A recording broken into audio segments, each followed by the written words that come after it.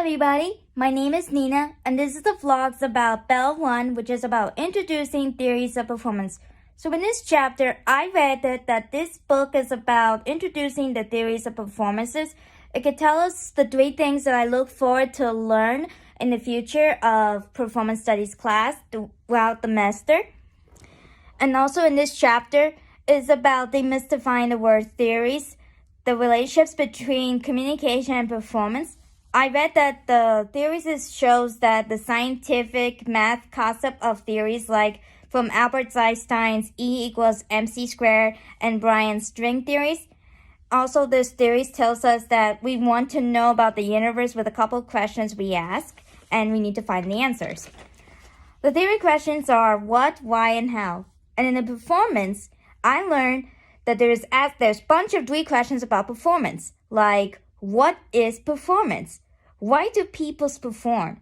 And how does performance organize, maintain, and transformative communities and cultures? There's also 3 kinds of theories that Paul DiMaggio makes it in 3 terms. One is covering laws, which meant the what questions. Enlightenment is the why, and the narrative is the how questions. The purposes of covering law is to explain. Purpose of enlightenment is to explain the world in new, unexpected, and oftentimes awful ways. The purpose of narrative is to tell stories that in order to account for complex and intervened processes around people. I also learned about assumptions about how languages operates in theories. My first citation I read and makes me interested in this chapter that Dennis Mubby is interested in how understandings of language have changed across time and across theories, productions. Complicated theories is covering in laws, enlightenment, and narrative stories of processes. He also argues that theories has been written in disclosures of representations, understanding, and suspicions. Theories are games of truth and compete for claims to authority, knowledge, and truth. The first citations I found on page 4 in the assumptions about how language operates in theories. There's also 2 models of communication that relates to what I learned in the previous class. The first models are the virtual, which meant symbolic processes, and transmission models, which is messages are transmitted. This is what this book's focusing on, the complex and dynamic relationships between performance and communications, which is what I learned more about performances and when I learned about communications. Also, I learned that performance as a communicative forms. According to this, Richard Warburton makes 5 claims about communications in performance forms. There's also assumptions about performances with metaphysics, poiesis, and kinesis. Metaphysics is an imitation or mirror that reflects the world. Poiesis is making but not faking it. And kinesis is movements, motions, fluidity, and flotations. There's also what I like to learn more about this chapter is performance is a key terms. And as I read it, it says that all key terms in performance are contested, slippery, and unstable.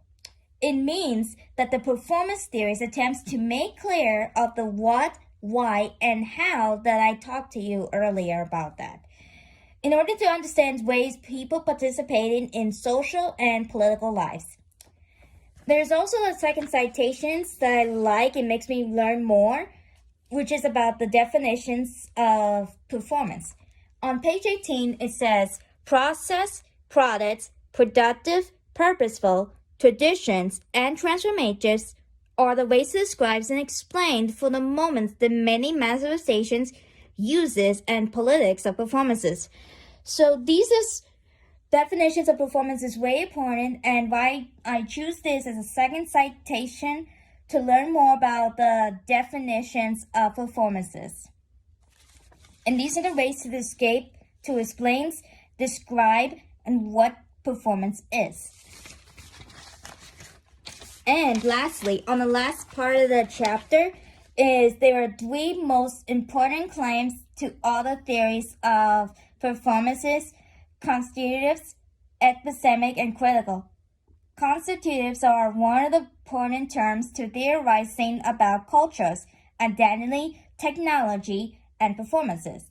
Epistemics are one of the important terms to also about to gain knowledge about the world, ourselves, and their senses with performances.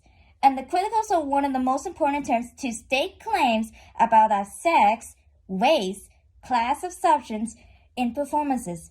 And that's what I just learned about the first chapter, which is the introducing theories of performances. There are some questions I was curious about and want to know about it in this chapter. I want to know, let's see. Number 1, I want to know how this performance begins in histories.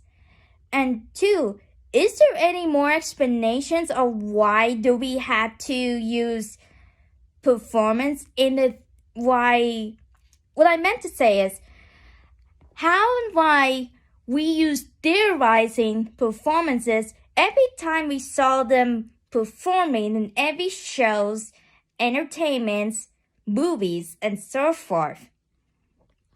It's like I want to know how they behaves and actions makes us know more about the stories and how we feel we're in the show or something.